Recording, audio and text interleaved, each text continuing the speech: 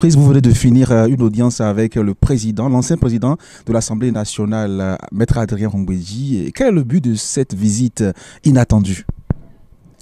Et je vais commencer par vous dire que j'ai remarqué le président Adrien Humbwedji, là c'était Maître Adrien Humbwedji, à la veille de la conférence nationale. Maître Adrien Humbwedji, Premier ministre, je l'ai connu en 96. Et comment? En 96, vous voyez tous les conflits qu'il avait avec le président Soglo, 95 déjà, il a accepté de faire la paix. Et il a dû se mettre ensemble avec la Renaissance du Bénin, d'alors qu'il a porté au perchoir. Maître Adrien Humbwedji, en 96 toujours, vous savez qu'il y a eu un événement majeur. Le ministre Georges Guédou, alors ministre de la Défense par intérim, a failli être arrêté à la sortie du président Soglo. Et pourquoi? Beaucoup disaient en ce moment qu'il voulait faire un coup d'État. Mais il ne s'agit pas d'un coup d'État. Il était juste révolté. Il ne s'agissait pas de coup d'État. Révolté parce que vous voyez, les mêmes qui entourent le président Talon aujourd'hui, ce sont ces gens-là qui sont pour la plupart hostiles à la paix, qui ont jeté dans les marécages tous les votes positifs du président Soglo juste pour l'empêcher de réussir. Et son ministre de la Défense avait dit, dans ces conditions, s'ils ne veulent pas respecter la règle, on ne leur donne pas le pouvoir aussi, nous ne respectons pas. Et il a pris une équipe pour aller à l'ORTB pour empêcher de diffuser les résultats. À la demande du président Soglo, qui disait avec insistance que lui, les démocrates, le ministre Georges Guédou, paix à son âme, le feu ministre paix de Georges Guédou, s'est retiré avec sa troupe. Nous avons rendu le pouvoir sans problème au président Mathieu Kérékou.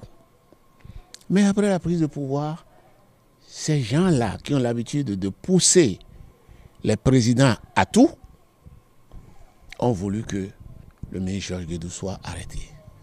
On lui a envoyé alors un militaire à la maison qui s'est déguisé en civil, il était en jogging, mais il avait une arme.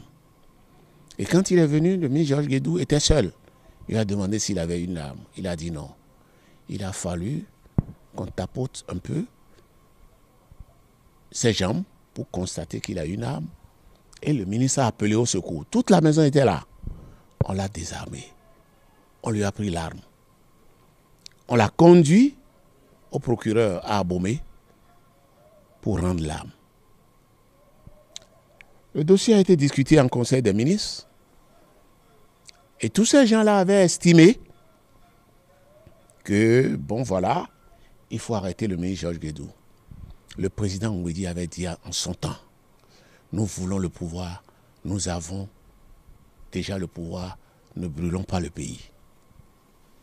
Le président Kérékou l'a suivi et le dossier a été classé. Alors depuis ce temps, je l'ai perçu comme un coproducteur de la paix. Ensuite, en 2005, je l'ai découvert plus parce que j'ai lu un ouvrage que je vais certainement vous montrer, si vous le voulez bien, mais intitulé « Il n'y a de richesse que d'hommes ». Et j'ai retenu une seule chose. En dehors de son parcours très éloquent, j'ai retenu une seule chose dans cet ouvrage. Il disait « Toujours l'état de droit, jamais la raison d'État ». Ce qui prouve que c'est un monsieur qui, depuis ce temps-là, était attaché au droit, à l'état de droit, à la démocratie et aux libertés. Et lorsqu'aujourd'hui, je vois des gens qui n'ont rien suivi de l'histoire de ce pays, parce que si vous avez été à la conférence nationale et si vous avez suivi le compromis qu'il y a eu, malgré tout ce que le président Kérékou a eu à faire, les gens se souviennent encore de Dodja, de Segbana. Malgré tout ça, il y a eu une réconciliation à la conférence nationale. Et après ça, le président Kérékou en est sorti, grandi. Le peuple lui a même fait appel pour un autre mandat. Et il s'est comporté de façon exemplaire. Que ceux qui ne sont pas au courant de l'histoire de ce pays, parce que le président Adrien Hongbeji a voulu abonder dans le même sens aujourd'hui, a voulu rester attaché à sa conviction et disent: laissez les exilés rentrer, libérez les détenus, assoyons-nous pour parler, que ceux qui ne penchent pour autre chose que leurs intérêts personnels voient leur ventre au détriment du développement du pays, commencent par le lyncher sans même respecter son âge, sans même respecter son parcours intellectuel, sans même respecter ce qu'il a été politiquement dans ce pays. 3 fois président de l'Assemblée, ce n'est pas rien. Que cela arrive, vous voyez, il est normal que ceux qui sont avertis, ceux qui ne sont pas très loin de sa génération, veuillent lui apporter leur compassion. C'est pourquoi, à la tête d'une délégation du parti Grande Solidarité Républicaine GSR, et après discussion à l'interne, nous avons décidé d'aller lui apporter notre soutien et de lui dire de rester le cœur chaud mais la tête froide. C'est un témoignage que je suis allé faire, plus qu'un soutien, plus que vœu de nouvel an, parce que nous avons commencé par là. C'est de tradition qu'on apporte, qu'on fasse les vœux, qu'on échange les vœux. Et après, nous avons débouché sur ce qui nous a amené notre soutien et notre appel à ce digne fils à avoir le cœur chaud, mais la tête froide. Et je voudrais saisir l'occasion de votre micro pour dire à chacun dans ce pays de faire attention. On sait comment ça commence, mais on ne sait pas comment ça se termine. On ne connaît pas ceux qui seront les victimes demain.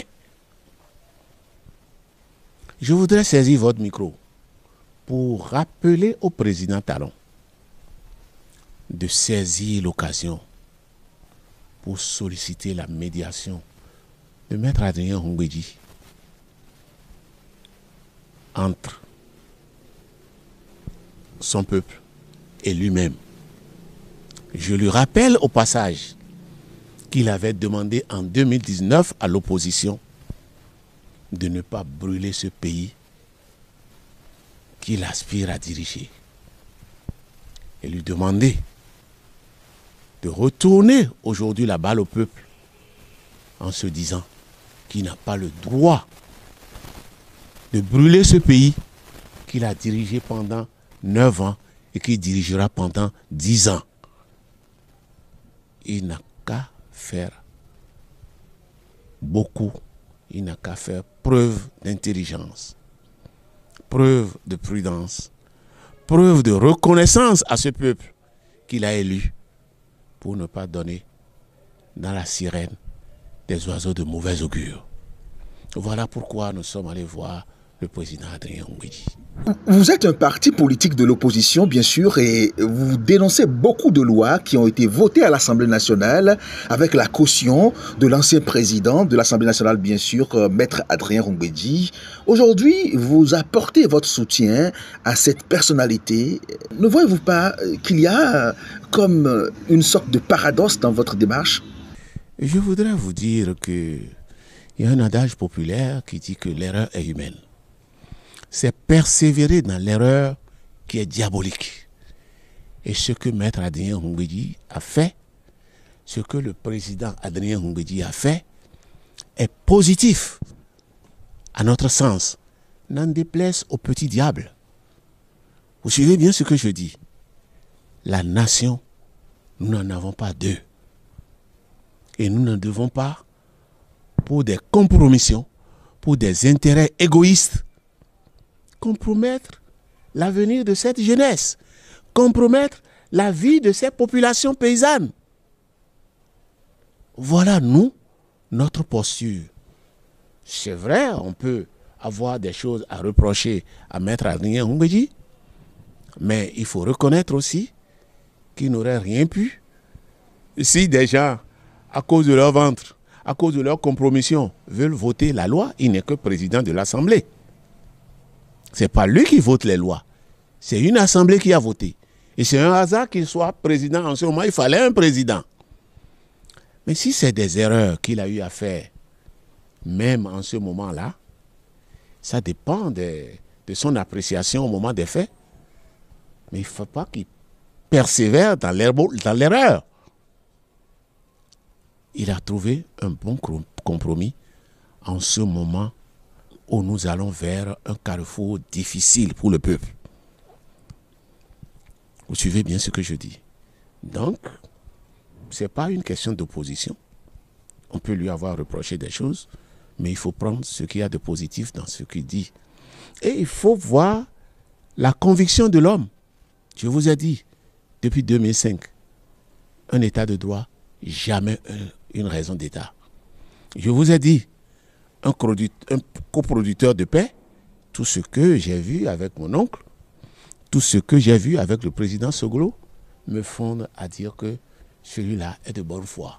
Et que c'est plutôt ceux qui le vilipendent qui sont de mauvaise foi, parce qu'ils ont un intérêt à faire.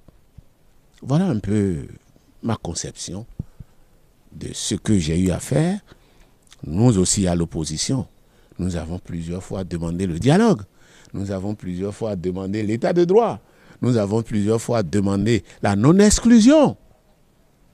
Ce que j'ai fait n'est pas contraire à la ligne de l'opposition. Je vous remercie. Nous sommes aujourd'hui mercredi 12 février 2025 et vous l'avez vu, Maître Adrien Ngouédi. Quel est son état d'âme aujourd'hui avec cette campagne de dénigrement qui a été lancée contre lui? Nous avons rencontré un sage, lui-même surpris par l'allure que prennent les choses, autant surpris que nous.